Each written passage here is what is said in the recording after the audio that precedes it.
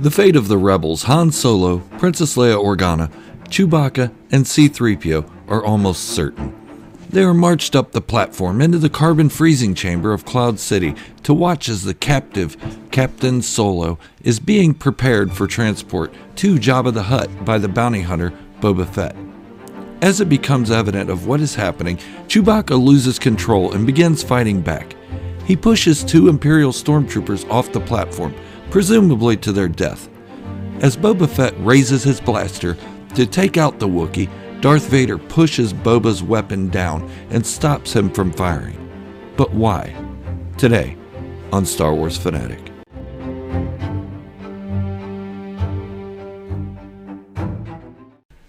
This scene is one of the most classic scenes of the Star Wars original trilogy. The Empire Strikes Back in general is among the favorites of a lot of Star Wars fans, especially those fans of the generation that grew up before the release of The Phantom Menace in 1999. The Empire Strikes Back was the second installment of the original trilogy and is the darkest of all 3 films. It shows failure on the part of the rebellion and especially those of Luke Skywalker and his friends.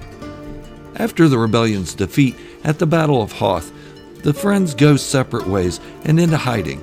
Luke goes to the remote planet of Dagobah with R2-D2 to train as a Jedi Knight with Yoda, while Han, Leia, Chewbacca, and C-3PO look for a safe haven away from the Empire to make repairs to the Millennium Falcon in order to regroup with the rebellion and move forward in continuing the fight against the Empire. They think they found a safe place, and an old friend of Han Solo's, Lando Calrissian, is the administrator of a mining colony in a floating city in the atmosphere of the gas giant Bespin. There, they can make the repairs necessary and lick their wounds.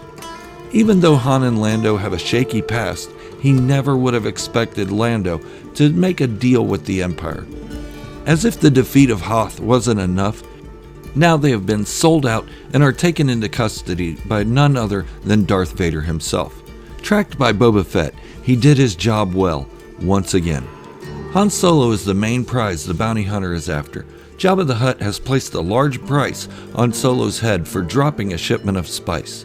Now, Boba Fett has him, and all that is left is to transport Solo by means of freezing him in carbonite.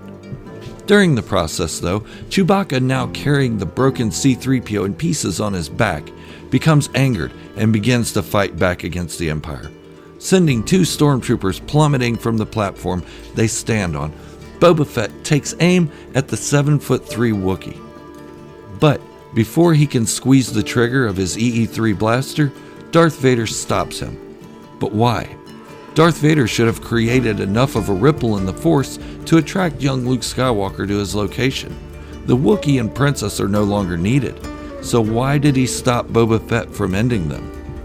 The short answer, C-3PO. The long answer, Anakin Skywalker had built C-3PO as an assistant for his mother.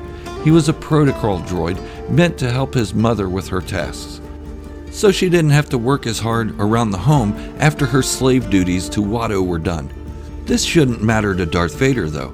He is no longer Anakin Skywalker, and all of his attachments died with his mother, Padme, and Obi-Wan Kenobi, arguably. After Anakin's mother passed, he took C-3PO with him and gifted the droid to his wife, Padme.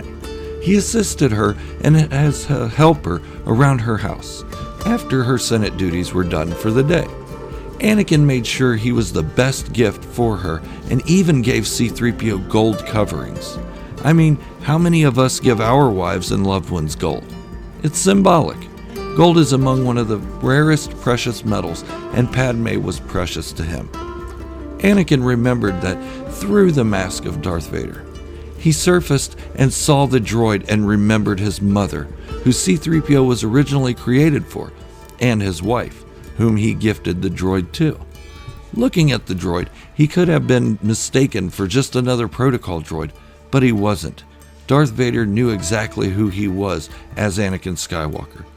When Boba Fett aimed at Chewbacca, it put the gold droid on his back in danger. Darth Vader shouldn't have cared, but Anakin Skywalker did. This droid was another link to his mother and wife's past. Throughout the original trilogy, we can see Anakin Skywalker resurfacing from time to cry out. He showed he had not been killed off completely by the Sith Lord, but rather suppressed. As powerful as Vader was, he could not kill Anakin Skywalker. He could suppress him for a time, but there would be triggers to make him resurface. They were few and far between, but it did happen. I know when the original trilogy was made, none of these things were in the mind of the creator. He didn't think C-3PO was created by Anakin during The Empire Strikes Back. But with the creation of the Phantom Menace, it gave us a reason as to why Darth Vader would stop Boba Fett from blasting the Wookiee and the droid. Had Anakin not built C-3PO, we would be at a loss for why that part of the scene even happened. But that's the theory. I know others have mentioned this theory before, but I see the connection Anakin Skywalker has to C-3PO as being a bit deeper than that of just building the droid. I also tend to lean towards Darth Vader and Anakin Skywalker being split personalities. Sometimes the light inside him is stronger and shows through the surface, especially when Anakin was younger and just before he died. And sometimes the dark is stronger and that shows through the surface, such as the 23 years that he spent as Darth Vader. But what do we think would have happened if Anakin Skywalker didn't peek through and stop Boba Fett from killing Chewbacca and possibly C-3PO as well? Let me know what you think of this theory in the comments. I'm always more than happy to talk with all of you, as much as I can. Do you have a theory of your own? Tell me about it. If you are new to the channel or haven't made the commitment yet, go ahead and hit the subscribe button to stay up to date on my Boba Fett, Darth Vader, and just general Star Wars theories. Check out my fan fictions as well. Also, hit the thumbs up to show your love for the hard work I put into each video and share the video with a Star Wars fan. Let's see if we can get this one to 1,000 views. Thank you for watching, and remember, this is the way, the only way.